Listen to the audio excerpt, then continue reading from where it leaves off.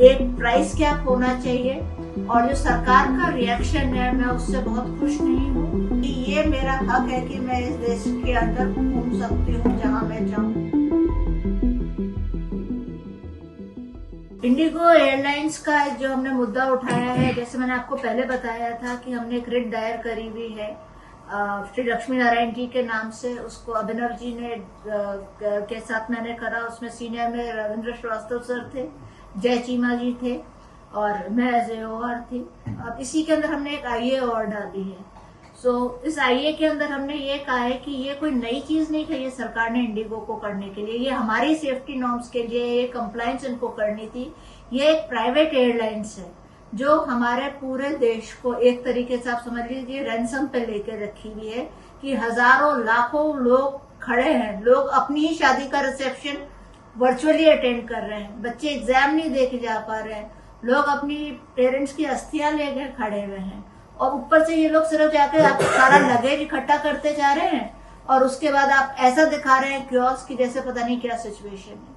हमने ये भी कहा है कि ये एक ऑप्टिक्स करी है इस एयरलाइंस ने, मेरे हिसाब से सरकार को, देश को बहुत अच्छी लाइट में नहीं दिखाने के लिए। तो हमारी मांग यही है कि सरकार को एक एसेंशियल सर्विसेज है एयरलाइंस, राइट, अगर एसेंशियल कमोडिटीज एक्ट के अंदर एसेंशियल सर्विस है, इसको एक प्राइस कैप होना चाहिए। और जो सरकार का रिएक्शन है, मैं उससे बहुत खुश नहीं हूँ।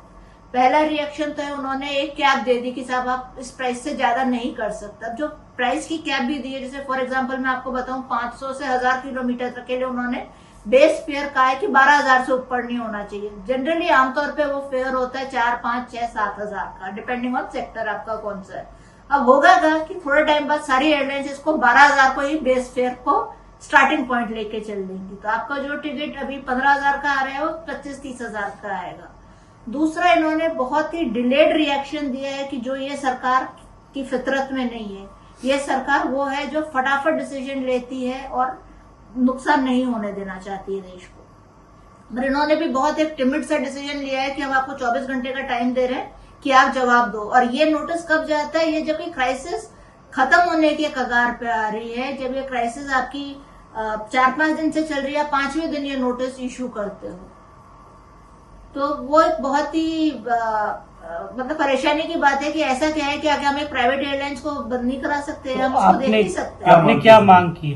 हमारी मांग यही है कि कंज्यूमर्स को इसको एसेंशियल सर्विसेज है तो आप प्राइस सर्च मत होने दीजिए।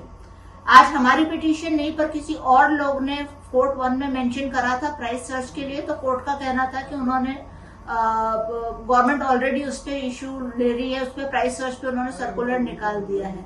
पर मेरे हिसाब से वो सफिशिएंट कैटेगरी नहीं है और हमारी मेन मांग ले दे के वही है कि एक एसेंशियल सर्विसेज है, इसके लिए आप हमें रैंसम पे नहीं रख सकते।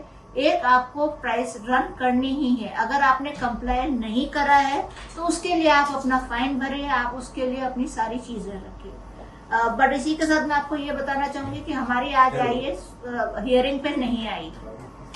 मैं एक सवाल ये था कि आपकी जो पिटीशन थी, वो इससे पहले जो पिटीशन थी उसमें आपने क्या डिमांड की थी, इसके बाद आज आपने आईए के साथ मेंशन किया? देखिए, जब हमने ये डिमांड करी थी, आप समझ लीजिए कि हमने इसी चीज को लेके करी थी कि एल्गोरिथम बेस्ड आ रहा है। अगर मैं आईफोन से टिकट बुक करती हूँ तो प्राइस मेरे को 400-500 रुपए ज्यादा मिलेगी बेस फेयर पे, ठीक है। और अगर मैं एंड्रॉइड से कर रही हूँ या मैं किसी पुराने मॉडल के फोन से कर रही हूँ तो वो आएगा। तो हम कह रहे हैं कि प्राइस जो सर्च आ रहा है वो एल्गोरिथमिक बेस है।